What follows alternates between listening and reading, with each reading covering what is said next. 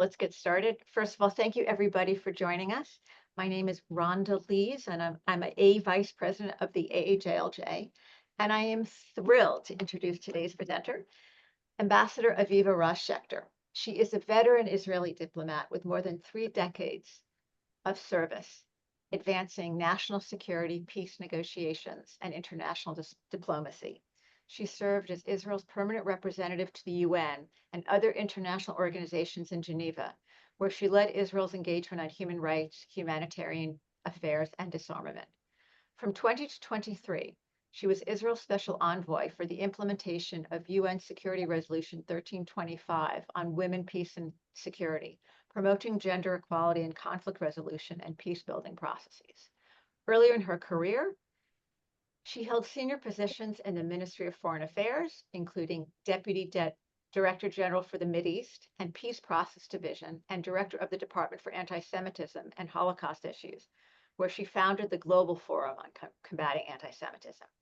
Her diplomatic postings include Washington, D.C., Amman, Montreal, and leadership roles in Lebanon peace negotiations and international development cooperation. She currently serves as a senior instructor at Israel's National Security Defense College. Ambassador Raz Schechter holds a master's degree in Middle Eastern Affairs and a bachelor's degree in Middle Eastern and International Affairs, both from the Hebrew University of Jerusalem. Aviva, we are thrilled to have you speak here today on the topics that we discussed. We look forward to learning, and this is a serious group, and people may ask questions. I will probably moderate them a little bit just so that we can stay on time. But in the meantime, thank you for joining us, and I turn it over to you. Thank you very much, Rhonda. I hope you hear me well. Good. So indeed, it's a great pleasure to be with you. It's evening here, and we are at the midst of one of the more complex times for the state of Israel, and I think also for the Jewish people. I have been meeting Rhonda, and I hope some of you that are here on our Zoom meeting in Israel while you were visiting here. And we had a long discussions a few months ago about the situation and how to continue. I must say that when we were speaking about this meeting and we tried to give a title to our conversation and discussion, I was thinking about national security and about diplomacy, but I called it Thoughts on National Security and Diplomacy, because I'm sure that everybody around the table knows a lot about national security and diplomacy. And I must say that today, after October 7th, the concepts that gave us a lot of success throughout the years regarding the way Israel should look into its national security, and I'm emphasizing national security because it is not the same as security.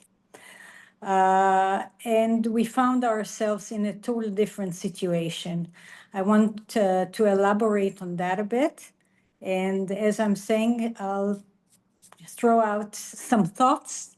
And if anybody wants to ask questions, please do. I don't want to give any speeches here, but just to say that Ben-Gurion paved the way for the first concept of national security. And he talked about the 3 main legs of the security, which were deterrence.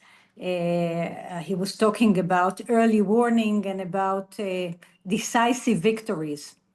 These concepts were maybe the basis of the way we handled our security issues until I wouldn't say October 7th, but in the last first decades of Israel. Once we started facing non-conventional wars, which means not against states, but against terror organizations, this concept had to be reshaped, rethought. And what Ben-Gurion put as the basis was brought to the fore in, I would say, about 20 plus years ago.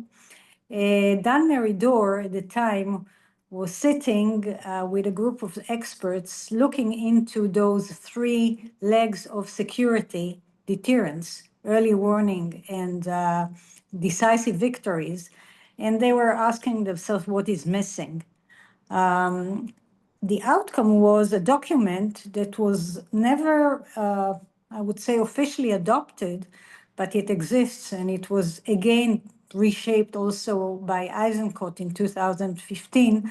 Dan Meridor's document was in 2006. But what came out was the issue of defense, because at the very beginning, we understood that if Israel wants to survive, we need to immediately push our wars outside our borders and do very short wars, because we cannot handle long wars. And therefore, the issue of defense was shaped in this concept. But after seeing that terror organizations are targeting not armies, but the populations, the civilians, this concept had to be changed. And unfortunately, when we come to October 7th, we see that even though we understood clearly that we need to defend our borders also from within, we failed. And I'm saying failed because this takes us to the whole atmosphere since in Israel. When we talk about national security, besides those legs of defense, we are talking about social resistance as another component. Sorry, not resistance, but social resilience. And of course, we are talking about diplomacy and foreign policy, and we're talking about economy and about other social achievements and so forth. And Israel was doing quite well. And we are a people, a peace-loving people after all. We want to live in peace with our neighbors, and the peace with Egypt at the time, and then with Jordan, were strategic for Israel and for our prosperity, and we did quite well. But it seems that it's not enough. And also the way we build our society from within, and our understanding that we are one people surrounded by so many enemies, and we need the help from within and from without. And when I'm saying one people, then of course I'm talking about Jewish communities. And the Ministry of Foreign Affairs in 2005 also understood that whatever is happening in Israel vis-a-vis the Palestinians and the Second Intifada, sorry, I hear a question, or? I think, yes, someone's talking, so let me mute other people. I apologize, my bad. Okay. So we understood that we have also a moral responsibility to Jewish communities outside Israel. And therefore, when we are talking about creating a department for combating anti-Semitism, we saw immediately the correlation between what is happening here and rising anti-Semitism outside. Now, I'm sure that all those things are very clear and known to all of us. But I am asking some questions, seeing what is happening in the international community, in international organizations. Of course, I'm mentioning the ICJ and the ICC and the United Nations at large. I would say that what the Palestinians understood already back in the 80s, 90s, is that they cannot win Israel militarily, of course, but they can win Israel in the sense of victimhood, which means that if until after the Six-Day War, Israel was the David, and everybody was seeing us as the ones that were victims and created a miracle, then now the Palestinians are the victims, and they're doing very well in what I call the diplomacy of victimhood. And I'm asking myself whether Israel that has taken a decision long time ago to move from victimhood. This is not the way we want to present ourselves after the Second World War and the creation of Israel, to achievements and a high-tech, high-level country that is doing tikkun olam also, and not to adopt the way that the Palestinians are leading the international communities throughout the last 3 decades. And I'm seeing it very well and saw it when I was sitting in Geneva in the Council of Human Rights, whereby this was the name of the game. And I'm asking myself another question, whether democracies are failing to understand that human rights needs maybe a new reinterpretation. What is the meaning of victimhood, and whether they should defend the victims, which means those that portray themselves as if they are the real victims. And I'm talking here about the fact that when we see Hamas, a terror organization, a monstrous one, winning, and I'm saying Hamas because after all, what is happening in Gaza is the failure of the Hamas, and many governments and leaders understand clearly that they are using the people for their own interest.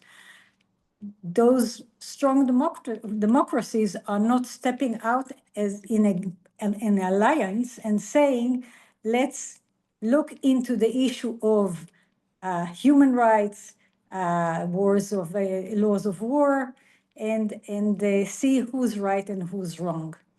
I think that we are now in a state where Israel cannot defend its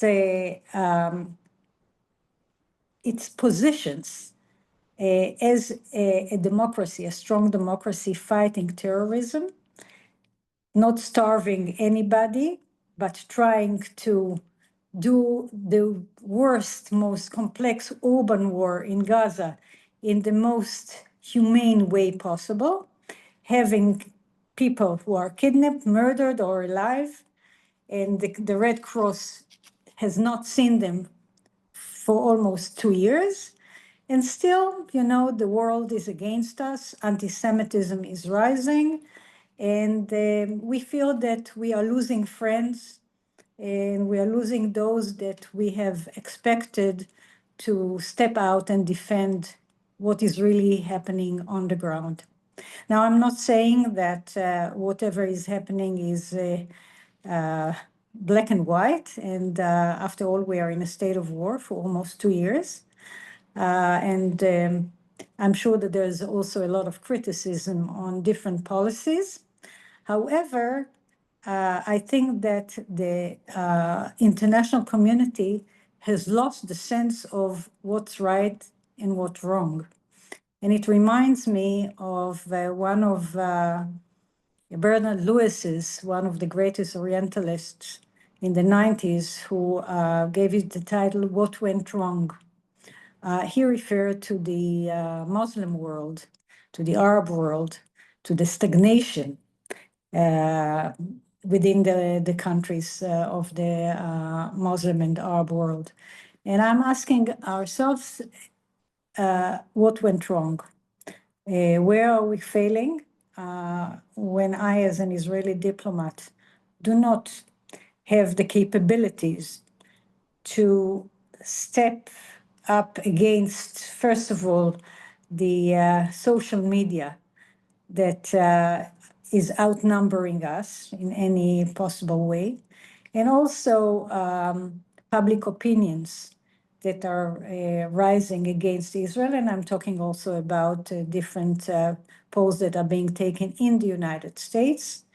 We feel here that we are losing, and we are losing friendships that are maybe the last and most important leg of our national security, which is this great historical alliance with the United States, which is part and parcel of our national security. And if we don't win that, then we are in a very grave problem. I think I'll stop here, and I hope it gives us some food for thought and for different questions. Thank you. First of all, thank you. I've received a couple of questions via text, so maybe we can start with those. The first one is, again, to thank you for your service and for speaking to us today, and to ask a slightly different question, and that is, as a female in the diplomatic world in the Middle East, do you think on the whole that you have been as respected and well received as we respect you? Has it been a challenge to be dealing with a part of the world where women's rights are not taken as seriously as they are in our countries? Has that been an advantage for you? Has it been a terrible disadvantage? What are your thoughts in terms of going forward?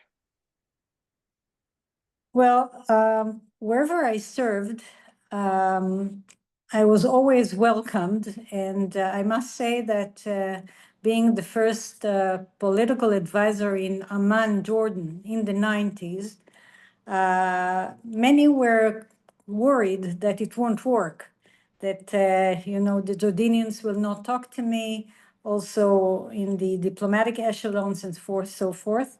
And I must say that very quickly it has changed, and I didn't see any difference. On the contrary, sometimes there were advantages when they found that it was easier for them to talk to an Israeli woman diplomat and not to men who sometimes they considered as also IDF soldiers, although I was myself an officer, but I remember those remarks. Further on, I would say that in the diplomatic world, we see women in growing numbers. And I think that even in our neighboring countries, this is the same phenomena. UAE, for example, has wonderful women diplomats, and I think that we find very easily a common interest and common language to talk to. I would also mention that one of the first things I've been doing as an envoy on 1325, the Security Council resolution, was to take to Expo Dubai a group of women that are experts on science and technology in different domains, and we had wonderful talks there with how to promote women into those fields and how to use them as a diplomatic tool to engage people-to-people interests. So this is only a small example. That's great. It's wonderful to hear that. I got another question, and that was, you have to exist in so many different ways right now. I mean, so while Israel is fighting this war on 6 or 7 fronts and dealing with all the social media challenges, the institutions are still functioning. There are still advances in medicine and healthcare and things like that, which makes us think about the Abraham Accords and the ability to work with other countries. You don't have to predict, just what is your thought about a country like Saudi joining the Abraham Accords? Is that probably not going to be the silver bullet, a phrase that I don't usually like to use in this context, but are you optimistic about that? Do you think that Iran has pushed them back? What are your thoughts about that? I would say that I was more optimistic a while ago.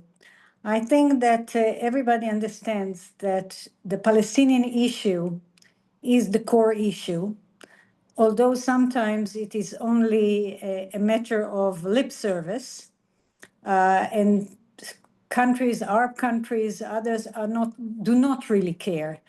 However, this is the core issue where Israel needs to state its policy.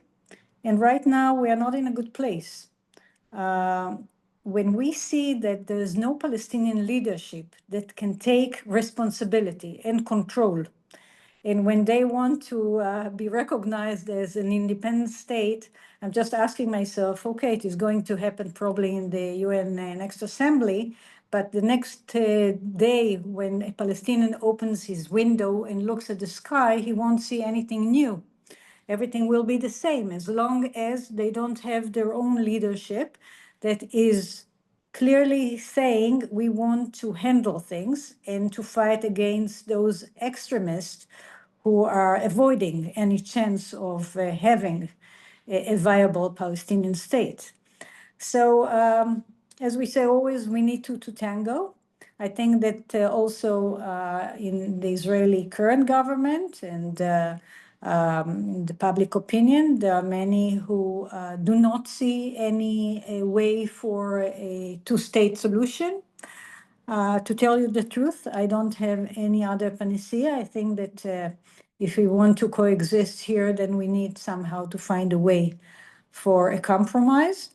But after October 7th, of course, most of the Israeli public is much more worried about the future of such an independent state, or even for the option, because we have been seeing what was happening to Gaza, that we withdrew unilaterally from exactly 20 years ago to the date, we can say, gave them all the chances to build what President Trump called Singapore.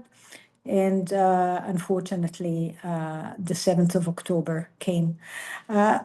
We have to realize that if democratic countries will not unite and maybe not mitigate, but maybe brand a new name for alliance of democracies, which is de-radicalization. This is what needed today, in my view, as a diplomat. This is what I'm speaking about wherever I go and meet, especially neighbors. We need to radicalize together those extremists, this Islamism that is pushing us to the worst places. And I'm saying us, I'm talking about the Palestinians, I'm talking about other neighboring countries. Look how many failing states since the so-called Arab Spring are not recuperating because of those militias and the radical elements. And I think that if there is something that diplomacy should concentrate on today, and I'm again mentioning democracies, I'm looking towards the West, and of course, even non-democracies here, and I think that UAE, by the way, is a very good example, that the diplomacy there is based on soft diplomacy, on soft power, and one of the things they're doing is de-radicalization. Which brings up a question that came through, and that was among the concerns and negative publicity that we see here is concern about the war continuing for all the reasons that we've discussed. The hostages are not released. We know that. We pray and we, petition for that.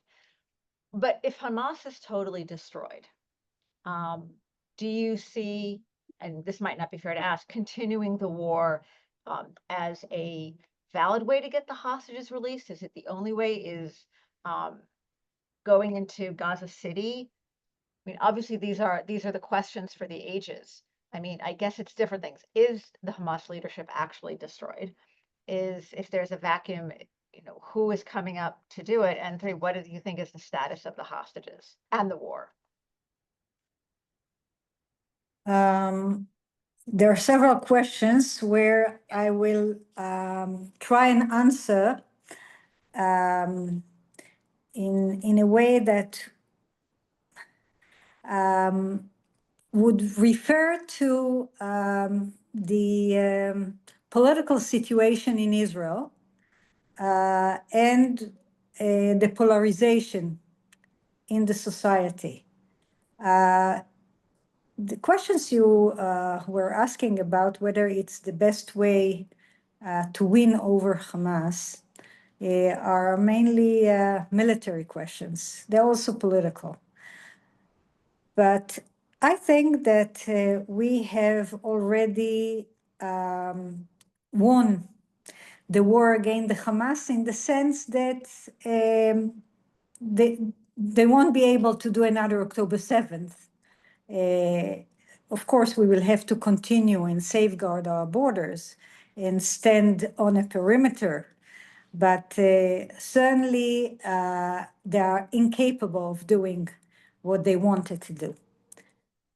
However, the Palestinians in Gaza are being hijacked by the Hamas because the Hamas is not only a terror organization, but it is also kind of a movement that controls the minds and hearts of the people. Now, I'm sure that many of them are totally against the Hamas, especially now, but there are also others who are still joining the Hamas because the religious background, this Islamism, this extremism, is winning everything. And this is the greatest problem, that if somebody thinks that we can win a war against a radical Islamic terror organization and clear it from Gaza, it won't happen. So we are arguing about it every day here in Israel, because of course that's what everybody would like to see. Gaza clean of terror. I am not so optimistic that it can happen, and I think that there were very many international ideas about it, and we saw that they could not practically become realistic. And we need to learn how to live with such still terror pockets and try to do everything that is possible to de-radicalize this population. One of the things that I know that I find myself telling to people when I get into fruitless arguments is when people are angry at Israel, I ask how many Gazans the Egyptians and Jordanians have taken in, to help them, and it's a big fat zero, and that surprises a lot of people. Again, we're dealing with things in many different areas. So we've talked about different systems: the governmental system, military, diplomatic. Can you give examples of where diplomacy is still working? Besides the United States, for instance, every once in a while I will read that like a Sweden foreign minister, an Estonian foreign minister, a Polish foreign minister will say something in support of Israel. I'm guessing that is still very much due to your and your colleagues' work, because those relationships need to be kept up, especially with everything else that's going on. Are there any pockets of support that have come as a surprise that can be continued, besides obviously the United States? I mentioned before, because you asked the question, how many Gazans were taken by Egypt or Jordan or other countries around. And I was mentioning before the word lip service, because indeed, I mean, nobody really cares. And unfortunately, they were always kind of a card in the game within the Arab world. This is why I'm saying that one thing is to continue and try to explain the reality on the ground to our friends and whoever wants to listen. But the other thing is that Israel has great achievements. And the fact that we are fighting almost 2 years on 7 fronts and have successes that have never been seen ever. I mean, not one country in the world is fighting such a war. And I'm talking not only against Hamas and Hezbollah, but I'm talking mainly about Iran and its proxies. And I think that our achievements on the technological levels and military levels are giving us also a very strong tool for diplomacy. Because after all, democracies in the West and other countries are watching the scene, and they do understand that Israel is maybe the best model to learn from.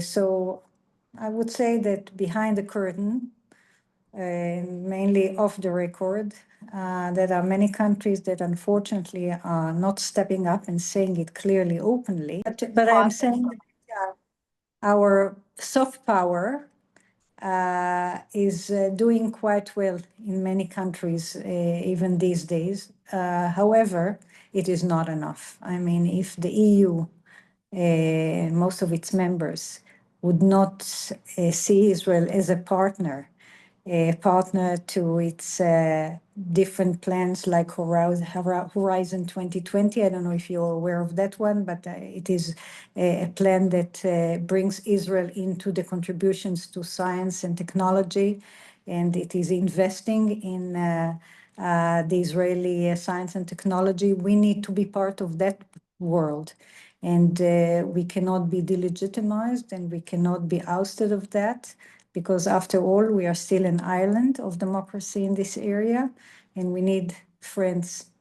And if I have a request from all of you, it is to try and educate as many people as possible about the reality on the ground, about who's right and who's wrong. And I'm not talking about explaining that there's no starvation, no policy of starvation, or that Israel should not be in the ICC and ICJ. That's obvious.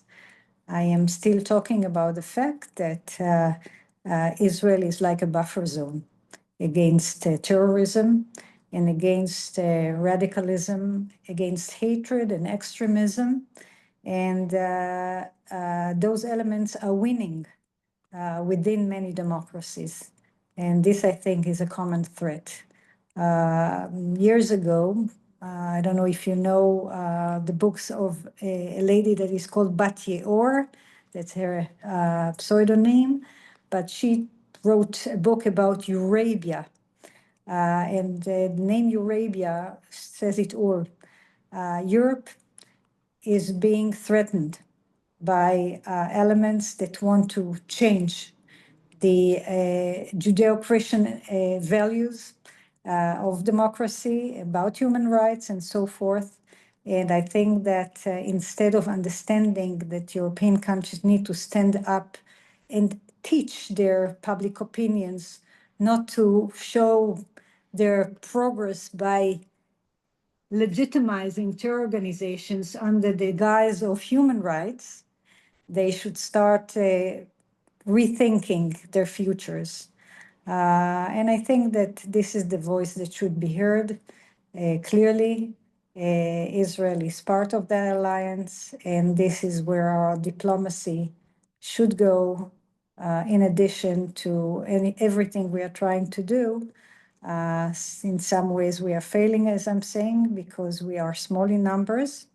And on the other hand, we are taking every opportunity everywhere in the world to try and show, our know-how and our capabilities that can also provide more security to other countries. It sounds great, and it's something that we would, love to continue to hear more about. I see a question. Do you see, I mean, obviously there have been significant failures recently in terms of Israel in general and the PM, in particular public relations, whether that was the information coming out of them or the way it was interpreted or misinterpreted. Do you have specifics to point to? And do you have, I mean, you've been talking about education, so that might be, ways to combat it, but can you point to anything in particular that is a sort of a poster child from what we can learn from? Because from our perspective, there have been, unfortunate, it's like the old line, no Jews, no news, or Jews or news. So when an Israeli who takes a contrary position speaks out, that is taken as gospel from a lot of the Western media, and it's very hard to fight that. So can you talk a little bit about the failures and what's been learned and maybe some next steps? Yes, I'm not sure we've learned. Unfortunately, I must say that it is challenging. It was always challenging, and it continues to be challenging. And on the one hand, I think that we were always proud of our strong democracy within Israel and also in the Jewish world, of being able to argue and have different opinions, but still to have a common interest. And the common interest was the security of the State of Israel as a place for all Jews, if needed. And the Jewish people saw prosperity for the last several decades. We were even spoiled here in Israel to see wonderful years, kind of a golden age also here. And therefore, unfortunately, it brought us to a situation in which we were not looking thoroughly and deeply into the threats. And we were maybe feeling too good to fail to see the enemy behind the door. So what I'm really saying is that I wish I had a way to remind Jews all over that you can have different opinions, but you still need to make sure that they do not fail to defend our state, our Jewish state. We have huge challenges. I must say that many of my colleagues and my neighbors around, when we talk to each other, we feel that that we are not only in one of the worst eras, but that those who want to delegitimize the right of Israel to exist as a Jewish democratic state is winning many minds and hearts, and it is really unacceptable. So again, as I'm saying, those of us who do understand the risks need to speak out and educate the younger generation that being progressive is not being the one to support those who call themselves the victims. First check who's the victim and why he is a victim or she. And then see whether by supporting them it promotes peace and coexistence, or maybe it promotes more extremism and more hatred. And I think it's the greatest challenge of the 21st century. Certainly, it's something that people have been addressing on college campuses and earlier. I mean, the amount of rhetoric that is accepted about, as you said, about the victimization is really troubling and, hard to imagine for those of us who've, were in a college a long time ago where there were challenges, but there were some basic ideas of, what anti-Semitism is and what it actually means. And there was a great alliance with, or we thought that there was a great alliance with the progressive movement, at least in the United States. So at least that's my opinion. I think I see one more question coming in.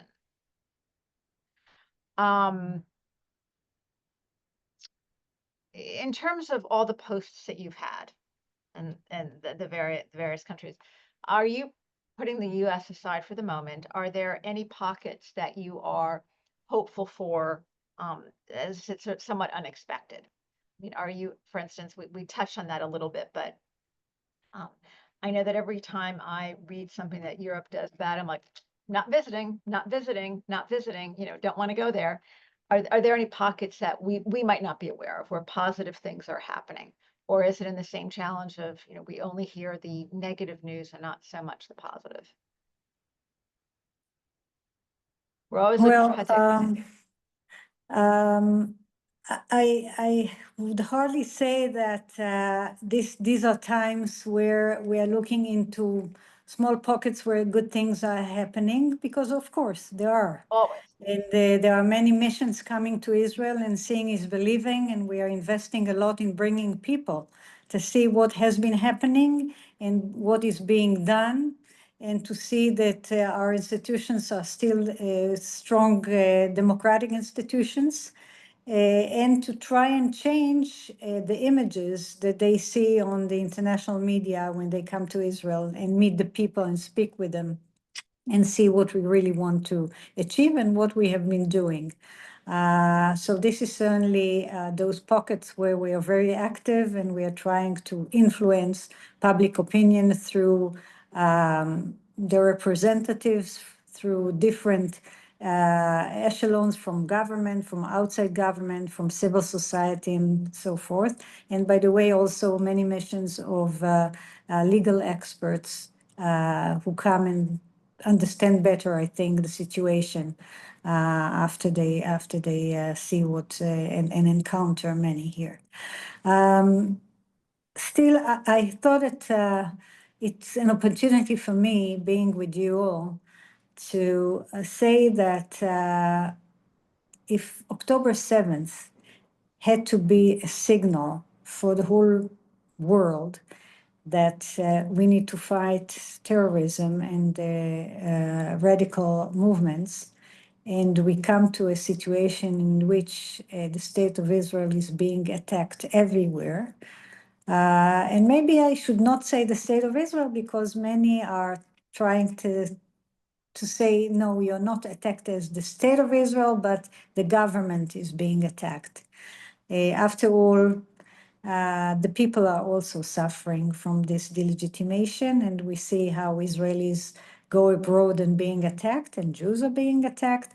And we come again to the fact that once it was the Jew among the nations, and now it's the Jewish state among the nations. There's no question that there is something much deeper here about delegitimizing the one and only Jewish state. And this is where we need to stay strong and resilient because we don't have a choice. We can do, of course, better, and we can try and do our best to solve what is happening next door in Gaza or elsewhere. We are still defending our existence, and I'm very proud to say that we have wonderful younger generation, wonderful people here to do that. Without them, we cannot survive here.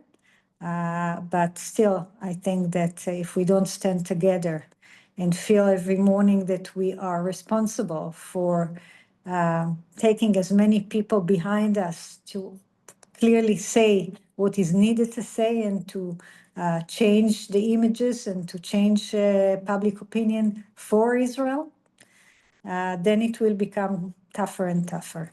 This is the message. Before we start with our close, see if there are any other questions that people have.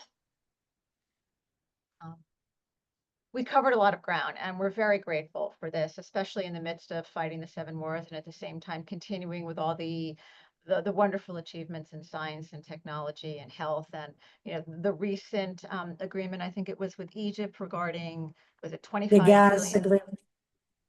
I mean, sometimes all I need to post on Facebook is, in the midst of fighting a war on 7 fronts, and I get both positive and negative, but I don't think that people are aware of it.